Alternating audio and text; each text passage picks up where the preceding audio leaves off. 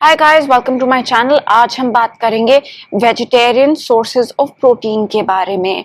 और ये क्वेश्चन मुझे बहुत आता है कि मैं वेजिटेरियन हूँ या वीगन हूँ, मैं अपने डाइट में प्रोटीन कैसे कंज्यूम करूँ। तो आज हम इसके बारे में बात करेंगे। और शुरू होने से पहले मैं आपको बता देती हूँ कि प्रोटीन बहुत ज़रूरी होता है। प्रोटीन के बहुत फंक्शन होते हैं बॉडी में, सिर्फ मसल डेवलपमेंट में हेल्प नहीं करता है। ये बहुत मिसकंसेप्शन है कि सिर्फ प्रोटीन उन्हें खाना चाहिए जो जिम जाते हैं, पर ये सच नहीं है। प्रोटीन सबके लिए ज़रूरी होता है। प्रोटीन बॉडी को रिपेयर करने में मदद करता है। प्रोटीन से pH balance, acid alkaline balance जिसे बोलते हैं, वो भी मेंटेन होता है। वाटर बैलेंस, फ्लूइड बैलेंस, वो भी मेंटेन होता है। हॉर्मोन्स और न्यूरोट्रांसमीटर्स जो कि बहुत ज़रूरी होते हैं हमारी बॉडी में, उनके प्रोडक्शन में भी प्रोटीन बहुत ज़रूरी होता है। तो प्रोटीन के बहुत फंक्शन है, सिर्फ मसल बनाने के लिए नहीं होता है, बहुत अलग फंक्शंस भी होते हैं।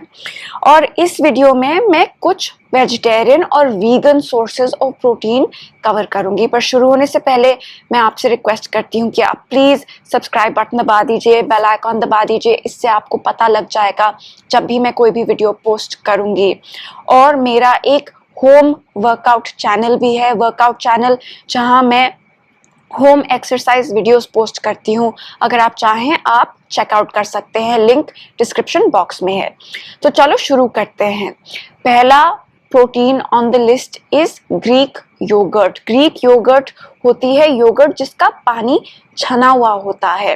तो योगर्ट को अगर हम छान देते हैं तो पानी निकल आता है, और ये जो पानी होता है ये लैक्टोस में हाई होता है। और लैक्टोस जो होता है वो डेयरी में मेन कंपोनेंट होता है शुगर का।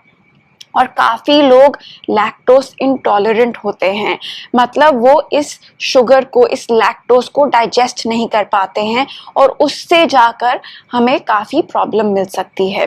तो ग्रीक योगर्ट से हमें ये बेनिफिट मिलता है कि वो लैक्टोस हट जाता है, और इससे शुगर कंटेंट कम हो जाता है, लैक्टोस कंटेंट कम हो जाता है, और प्रोटीन कंटेंट दही का बढ़ जाता है।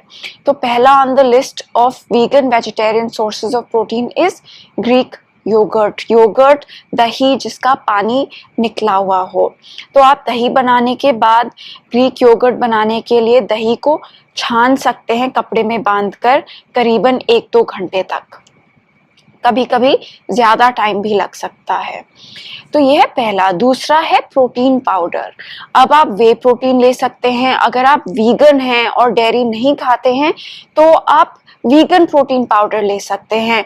आजकल काफ़ी वीगन प्रोटीन पाउडर मिलते हैं मार्केट में, ब्राउन राइस प्रोटीन या पी प्रोटीन या किनुआ प्रोटीन, या तो इनका मिक्सचर। तो आप प्रोटीन पाउडर ले सकते हैं। एक बात का ध्यान ज़रूर देना है कि प्रोटीन पाउडर जो आप लेंगे उसमें ज़्यादा केमिकल या कलर ना मिला हो, काफ़ी प्लेन हो। तो आप प्लेन प्रोटीन पाउडर यूज़ करिए।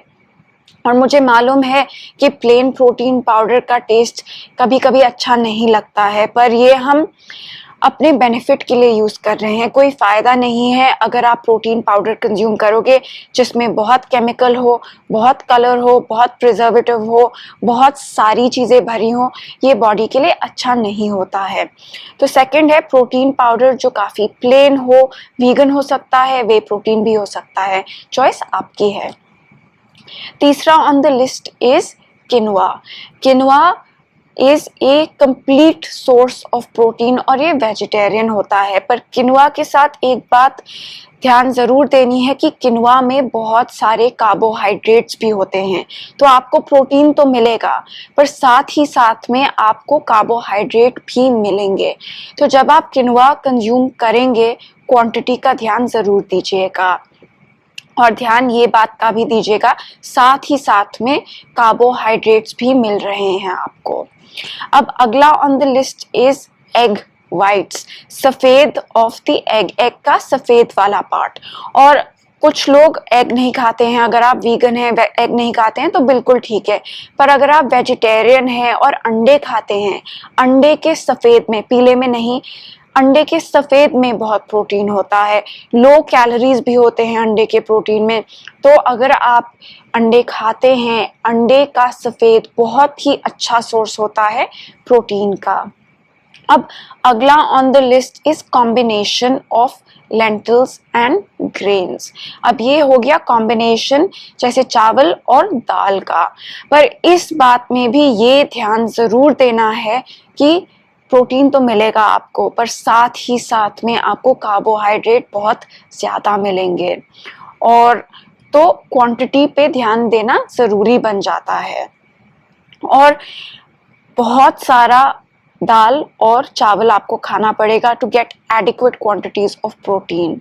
तो ये है प्रोटीन का सोर्स, पर ज़्यादा ये हमें कार्बोहाइड्रेट प्रोवाइड कराएगा। तो ध्यान देना है कि आप ले सकते हैं, पर आपको काफ़ी लेना पड़ेगा, और साथ ही साथ में आपका कार्ब इनटेक बहुत बढ़ जाएगा। तो ये है सोर्स, पर मेरे हिसाब से ये थोड़ा सा कम खाना ही बेहतर है। और अगला on the list is paneer, Indian चीज जिसे बोलते हैं। पनीर के साथ भी आपको ये ध्यान देना है कि प्रोटीन आपको बहुत मिलेगा, हाँ, पर साथ ही साथ में आपको फैट भी बहुत मिलेगा, क्योंकि प्रोटीन जो होता है वो 70% से ज़्यादा फैट होता है। प्रोटीन होता है पर फैट भी होता है, तो क्वांटिटी का ध्यान देना पड़ेगा। तो आप पनीर जब खाएंगे प्रोटीन के लिए क्वांटिटीज पे ध्यान ज़रूर दीजिएगा। और आखिरी on the list is soybean.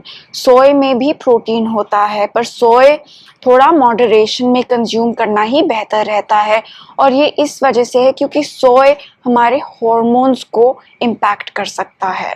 तो सोय के साथ ये ध्यान ज़रूर देना है कि क्वांटिटी लिमिट करना है 1 to 2 टाइम्स अ वीक। और सोय से बनता है टोफू, तो टोफू भी है अच्छा सोर्स ऑफ प्रोटीन, पर क्वांटिटी के साथ आप ध्यान ज़रूर दीजिएगा।